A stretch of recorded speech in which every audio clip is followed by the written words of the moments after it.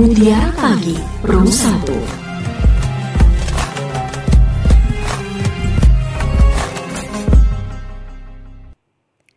Assalamualaikum warahmatullahi wabarakatuh. Selamat pagi pendengar dan pemirsa RRI Sumeneb. Apa kabar Anda di pagi hari ini?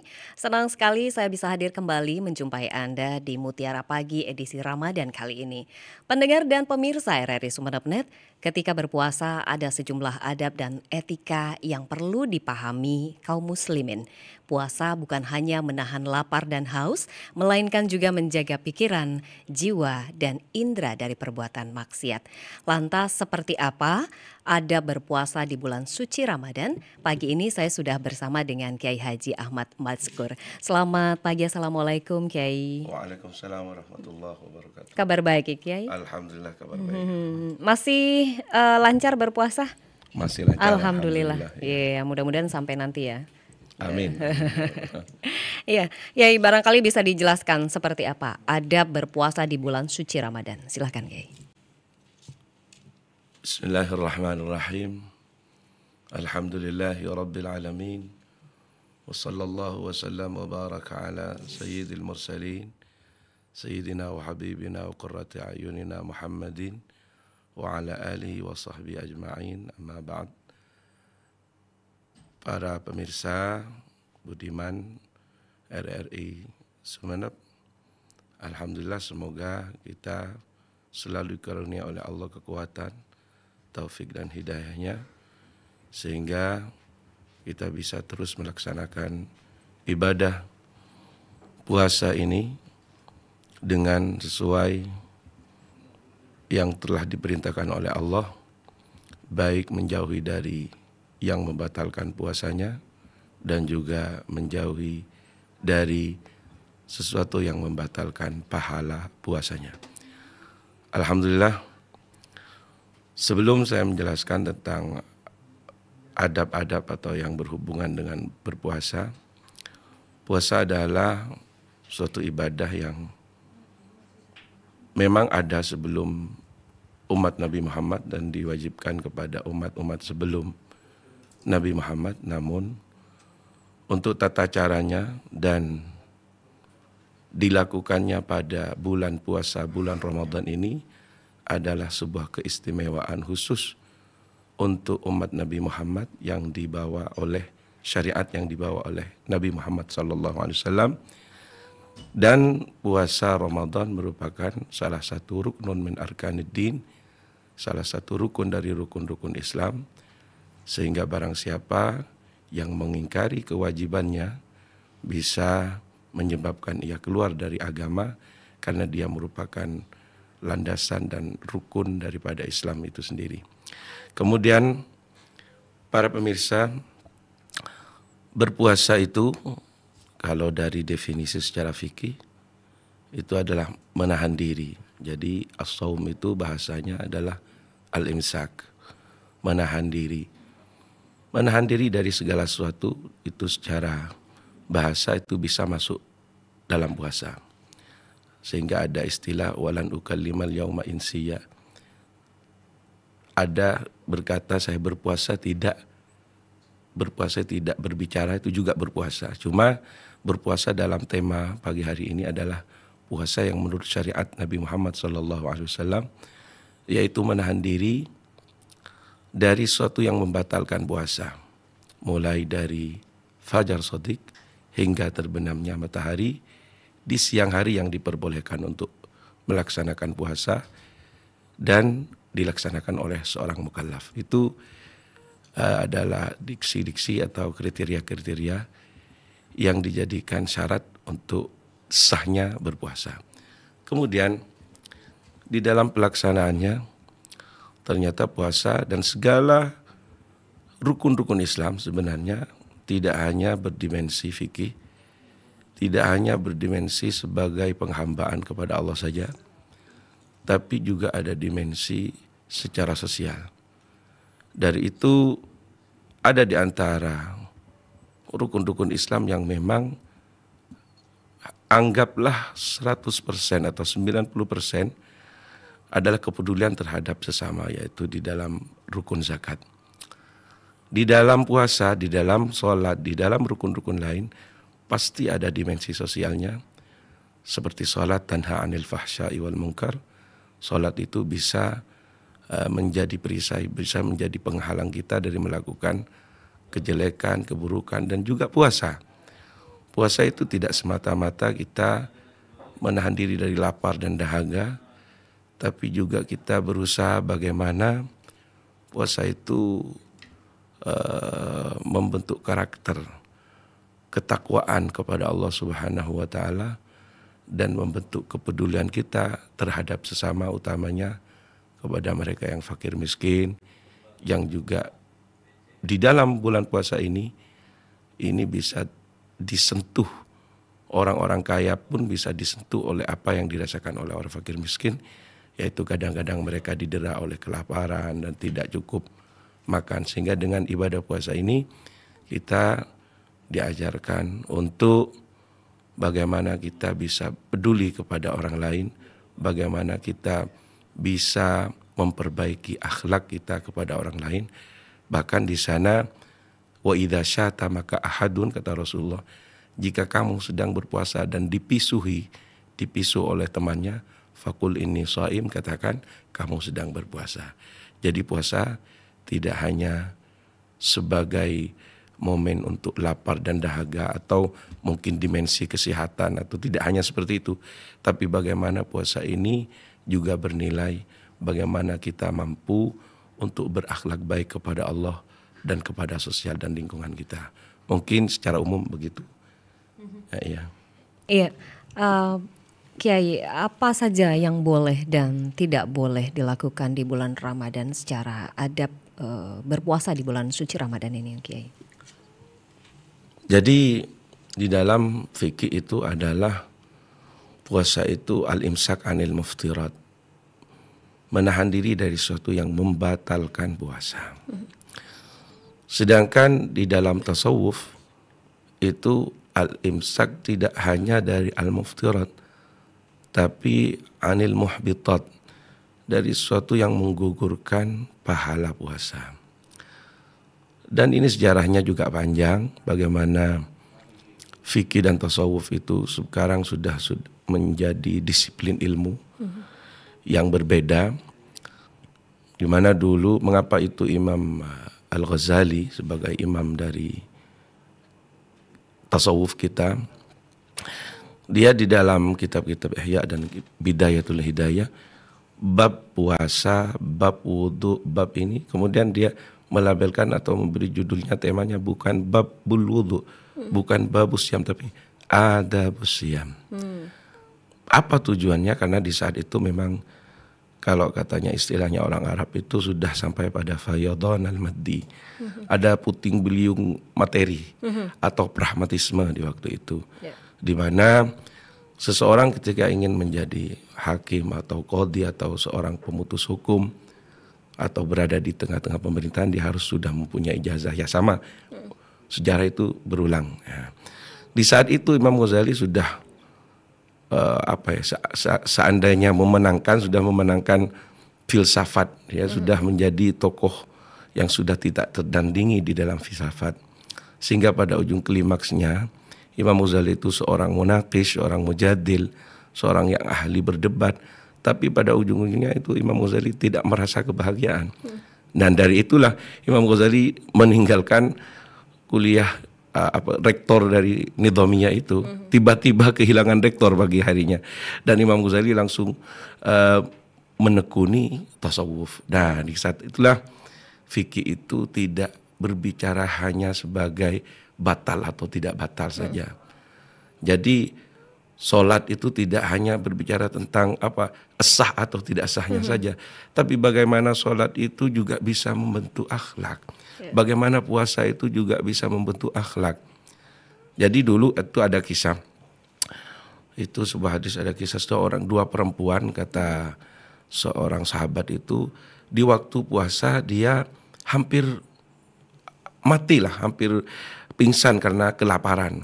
Dua orang perempuan itu disuruh panggil oleh Rasulullah, dipanggillah oleh Rasulullah, kemudian dipersiapkan satu wadah, kemudian Rasulullah berkata kepada salah satu perempuan itu, qi'i, muntahlah kamu. Jadi satu persatu perempuan, dua perempuan itu muntah, semuanya keluar sadid, damin, qaih. Jadi keluar darah dan keluar nanah. Mengapa? Di saat itu kemudian Rasulullah menyatakan, innahuma samata bihalal, samata bihalalin. Kedua perempuan ini berpuasa dengan sesuatu yang halal. Nah, kemudian aftarata alal haram. Kemudian kedua-duanya ini berbukanya dengan sesuatu yang haram. Mengapa?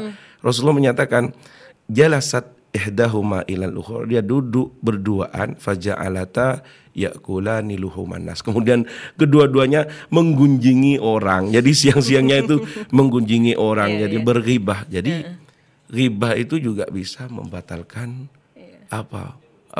pahala puasanya. Puasanya sah, tapi dia seperti yang sabda Rasulullah, kam min shaimin laisa lahu min siyamihi illa dhama. Kam min qaimin laisa lahu min qiyamihi illa sahar. Banyak orang puasa, ia tidak mendapatkan dari puasanya kecuali dahaga. Banyak orang sholat malam, dia tidak mendapatkan dari sholat malamnya kecuali sahar, kepayah-payahan, berpayah-payah. Jadi siam itu junnah, kata Rasulullah, perisai. Junnah kajunnati ahadikum minal qital, seperti halnya perisai di waktu perang, malam yakhrikha bikadzibin au ghibatin, selama perisai itu tidak dibolongi oleh bohong dan ghibah. Jadi kalau sudah dibolongi itu puasanya bolong-bolong ini. Kalau tren sekarang kan katanya ada ghibah syar'i itu. Nah, gimana dengan ghibah syar'i yang selalu ada tambahan kata-kata masya Allah, tabarakallah, tapi membicarakan orang gitu. Gimana Kiai? Ya tidak bisa itu. Kalau gitu disyar'ikan semua. Jadi tidak bisa selama itu ghibah itu pada intinya menyebutkan kejelekan orang lain. Tujuannya yang sangat penting agar menghegemoni, membawa orang lain untuk benci kepada si A, untuk benci kepada si B. Itu sudah ghibah. Apalagi tidak ada orangnya, itu jelas ghibah. Tidak ada orangnya di depannya itu ghibah. Jadi membawa orang benci pada orang lain itu jelas ghibah. Ya, walaupun sekarang ada bahasa ngetrennya ghibah syar'i, tapi tetap saja yang namanya ghibah ya tetap ghibah, nggak boleh ya. Kalau masih ada nilai seperti itu, membuat orang mengajak benci kepada orang lain, kepada si A, kepada si B, itu tetap ghibah. Kembali lagi pada adab berpuasa di bulan Ramadan. Kita mungkin sebagian kalangan awam itu belum paham tentang tidur saat berpuasa. Itu katanya tidur adalah ibadah. Iya. Tidur yang gimana ini, Kiai? Iya, tidur yang memang sesuai dengan natural lah tidurnya. Jadi tidurnya itu ibadah di dalam puasa. Tapi kalau memang dibalik itu ya, maksudnya dibalik, siangnya tidur terus, malamnya tidak tidur, jadi begadang semalaman, itu bisa dikatakan makruh ya. Sama dengan meminum suplemen yang membuat kita tidak capek, membuat kita segar, itu dimakruhkan oleh ulama ketika bulan puasa. Karena intinya puasa itu tidak terasa karena pas tidur terus. Jadi tidak ibadah, itu juga dimakruhkan itu. Jadi walaupun tidur adalah sebagian dari ibadah saat berpuasa, tapi kalau misalnya berlebihan juga nggak boleh. Apalagi memang diniatkan atau disengajakan untuk tidur seharian. Itu bangunnya kalau udah ba'da asar gitu atau mau maghrib. Iya, kalau sampai nggak sholat itu juga dosanya tambah juga dosa. Nah, kalau ini Kiai, ada di kalangan ibu-ibu ya yang menggunakan alat kontrasepsi untuk menunda masa haidnya agar tujuannya untuk tidak datang haid pada saat bulan Ramadan. Apakah ini juga termasuk salah satu yang bisa dikategorikan makruh sama seperti yang tidur berlebihan tadi, Kiai? Ya, sepanjang yang dan sependek yang saya tahu itu tidak apa-apa ya. Tidak apa-apa. Tidak apa-apa, sama dengan ingin melaksanakan ibadah haji agar ibadah hajinya sempurna, minum obat seperti itu juga tidak apa-apa. Yang penting itu dia kan normal. Dia akan normal. Ada yang memang tidak haid berbulan-bulan, ada yang tidak. Itu tetap wajib kok juga berpuasa. Iya. Jadi nggak masalah ya, Iya. Pak Kiai, walaupun Asalkan tidak berbahaya pada kesehatan. Kemudian apa saja nih yang harus kita kendalikan pada saat berpuasa? Yang pertama ya yang kita kendalikan adalah bagaimana kita membentuk ketakwaan, muraqabah bahasa Arabnya. Jadi puasa itu sebenarnya ingin membentuk kita sebagai pribadi yang selalu merasa dipantau oleh Allah. Baik itu di keramaian atau di waktu sendiri. Karena satu-satunya ibadah yang hanya diketahui dirinya atau pelaksananya dan Tuhannya dan Allah itu cuma puasa. Ibadah-ibadah yang lain itu orang lain bisa tahu. Bahkan zakat ada yang mengatakan dianjurkan untuk di depan orang agar memicu orang lain berzakat. Ada yang begitu. Tapi kalau puasa ini ya memang yang tahu hanya dirinya dengan Allah. Jadi sampai ada sebuah hadits qudsi itu di as-saumu li, puasa itu punya saya kata Allah. Wa ana ajzi bihi, dan saya yang akan membalasnya. Kalau ibadah-ibadah lain tekaran balasannya jelas. Kalau puasa itu karena berbasis sabar. Maka sesuai dengan kemampuan kesabarannya, sejauh mana dia bisa berakhlak bersama Allah di waktu keramaian, bagaimana dia bisa menahan diri makan dan minum. Dia bisa saja untuk di waktu nggak ada orang masuk ke kamar, masuk ke dapurnya, minum, kemudian kamu puasa, wah, dilap lagi, kayak berlapar-lapar. Saya sedang berpuasa, bisa saja dia berbohong begitu. Tapi kalau benar-benar dia berpuasa, karena kata Allah itu dia tidak meninggalkan syarabahu aklahu illa min ajli. Dia tidak meninggalkan makan minumnya kecuali sebab saya, kata Allah. Jadi orang lulus tidak makan minum di bulan puasa minimal dia sudah dikatakan orang punya iman. Walaupun mungkin bolong-bolong dengan, dan itu tidak beradab namanya, berpuasa yang tidak melengkapi adab, tidak melengkapi pahalanya. Tapi minimal dia sudah punya iman, minimal. La'allakum ya ayyuhalladzina amanu kutiba alaikum. Makanya khitab pertama itu memakai diksi ya ayyuhalladzina amanu kutiba alaikumusiyam kama kutiba alal ladzina min qablikum la'allakum tattaqun. Kalau untuk bergosok gigi ada siang hari atau mungkin kita nggak sengaja nih ketelan air wudhu gitu, nggak sengaja ya Pak Kiai, ini boleh tidak? Ketelan dengan tidak diunsur kesengajaannya tidak apa-apa. Bonus ya, Kiai? Bukan kan kalau dianggap bonus sepertinya berusaha untuk tidak sengaja nanti. Jadi bisa diulang lagi. Kumur-kumurnya itu memang tidak boleh sampai kuat. Jadi kumur-kumurnya hanya di mulut saja, nggak sampai ke belakangnya, nggak sampai ke belakang. Takut-takutnya masuk begitu. Dan apabila disebabkan memang bukan kesengajaan, memang seperti mandi junub atau apalah, kemudian tidak dengan faktor kesengajaan itu tidak apa-apa, tidak apa-apa. Dan juga sebab lupa makan itu tidak apa-apa. Tapi kalau disengaja atau memang biarlah nanti biar masuk diniatkan itu juga tidak bisa. Jadi kalau semisal kita karena mungkin biasanya di hari-hari pertama ya, peralihan kebiasaan kita biasanya bangun tidur kemudian juga buka lemari es langsung gitu minum gitu. Ketika kita lupa terus setelah minum iya ya sekarang kan puasa, itu melanjutkan puasanya nggak apa-apa ya? Nggak apa-apa karena lupa ya. Tapi kalau tunggu dulu. Iya. Itu mungkin beda lagi konotasinya ya. Kalau ingat masih ditelan ya itu batal. Udah batal ya. Jadi kalau memang sebab lupa itu berarti dikasih rezeki sama Allah gitu. Bonus lagi itu, bonus ketidaksengajaan. Ya, Kiai, berpuasa itu bukan hanya berpuasa, tidak makan dan juga tidak minum, tetapi juga harus berpuasa bagaimana mata ini supaya juga tidak mengintip hal-hal yang jelek, kemudian juga bagaimana mulut kita juga berpuasa supaya nggak ngerumpi tadi gibah seperti yang Kiai bilang, dan tidak membicarakan aib orang, tidak berbohong dan tidak menghujat. Lalu bagaimana jika melanggar salah satu larangan tersebut, Kiai? Ya seperti yang saya katakan tadi sesuai dengan hadis itu. Jadi as-saumu asyam junnatun. As-saumu junnatun kajunnati ahadikum minal kitar. Puasa itu adalah, kata Rasulullah sallallahu alaihi wasallam, itu adalah perisai. Kajunnati ahadikum minal kitar, seperti halnya perisai kalian di waktu perang. Di waktu perang kan itu dulu memang memakai perisai sebagai penangkis gitu.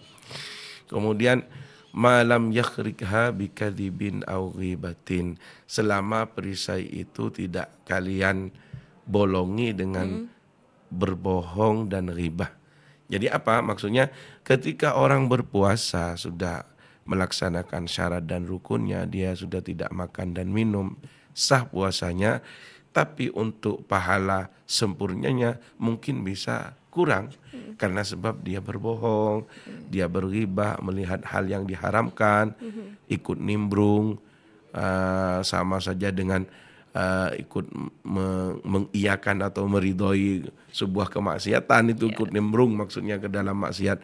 Itu juga bagian dari adab-adab berpuasa. Jadi usahakan itu puasa tidak hanya melaksanakan syarat dan rukunnya, tapi juga bagaimana memelihara agar pahala puasa itu tidak gugur sebab perbuatan seperti itu tadi, seperti riba, melihat yang haram, seperti mengunjing orang lain dan berbohong dan mengadu domba dan lain sebagainya.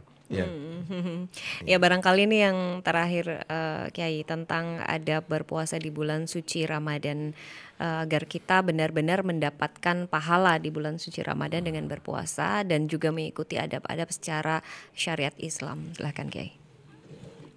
Ya, para pemirsa yang beriman, semoga kita selalu dikaruniai oleh Allah taufik dan hidayah, karena kesemuanya ini adalah kekuatan dari Allah. Kita hanya berusaha dan Allah yang akan memberi taufik kita untuk bagaimana puasa ini benar-benar kita gunakan sebagai momen, minimal kita akan merasa tertarik sebagai penghapus dosa tahunan. Jadi itu harus sebagai dibuat kesempatan untuk kita. Jadi jangan lewatkan berpuasa ini sehingga kita masuk dalam puasa bukan menambah dosa. Jadi karena pernah dulu ada seorang santri bertanya kepada Sayyid Alawi, abah dari guru saya itu di Masjidil Haram, itu bertanya, kalau memang jin dan setan itu dikerangkeng atau dibelenggu, tapi bagaimana di bulan puasa itu kok masih ada yang belum berpuasa? Katanya setan itu dikerangkeng. Kemudian Sayyid Alawi menjawab, apakah kamu tidak membaca surat An-Nas? Di dalam surat An-Nas itu disebutkan, qul a'udzubillahi minasyaitonir rajim, qul a'udzu birabbin nas, malikin nas, ilahin nas, min syarril waswasil khannas, alladzi yuwaswisu fi sudurin nas, minal jinnati wan nas. Jadi setan itu tidak hanya sebagai ciptaan yang entitas, sebagai makhluk, tapi setan itu adalah sifat. Jadi kalau sudah setannya mendominasi sebagai sifat, bahasa Maduranya itu agak lejer, itu tetap manusia itu yang sudah nyetan jalan itu. Jadi manusia itu juga yuwaswis, bisa menjadi teman untuk mengajak kita kepada sesuatu yang tidak diberikan oleh syariat atau diharamkan oleh syariat. Setannya dibelenggu, tapi orang yang sudah nyetan itu masih jalan-jalan. Jadi bagaimana kita itu pergaulannya juga dijaga. Jadi di sini kadang-kadang kita di dalam berpuasa dijadikan momen apa ya, malah untuk senang-senangan, ngabuburit atau bagaimana. Bolehlah ngabuburit, tapi ya harus kita benar-benar berpuasa di siangnya, tidak hanya ngabuburit, cari puasa, cari buka puasa, tapi dia siangnya gak berpuasa. Itu yang berat. Ikut tren ya. Ya ikut tren ya. Jadi kita usahakan bagaimana seperti itu. Sesuaikanlah, nanti insya Allah keluar dari bulan puasa kita kembali menjadi bayi, kita bersih dari segala dosa, menjadi fitri. Amin ya rabbal alamin. Amin. Pendengar dan pemirsa RRI Sumeneb.net, di bulan suci ini kaum muslimin bisa merevisi pandangan hidupnya dengan cara menyucikan pikiran dan juga batin. Syukuri apa yang ada karena itu adalah yang terbaik untuk kita menurut Allah Subhanahu wa taala. Jadikan Ramadan momen untuk meningkatkan kualitas ibadah dengan adab berpuasa yang benar secara syariat Islam. Dan terima kasih Kiai Haji Ahmad Mazkur. Terima kasih sudah bersama kami di Mutiara Pagi. Sampai jumpa di episode berikutnya dengan topik yang berbeda ya Kiai. Saya Diana dan juga Kiai Haji Ahmad Mazkur undur diri. Wassalamualaikum warahmatullahi wabarakatuh.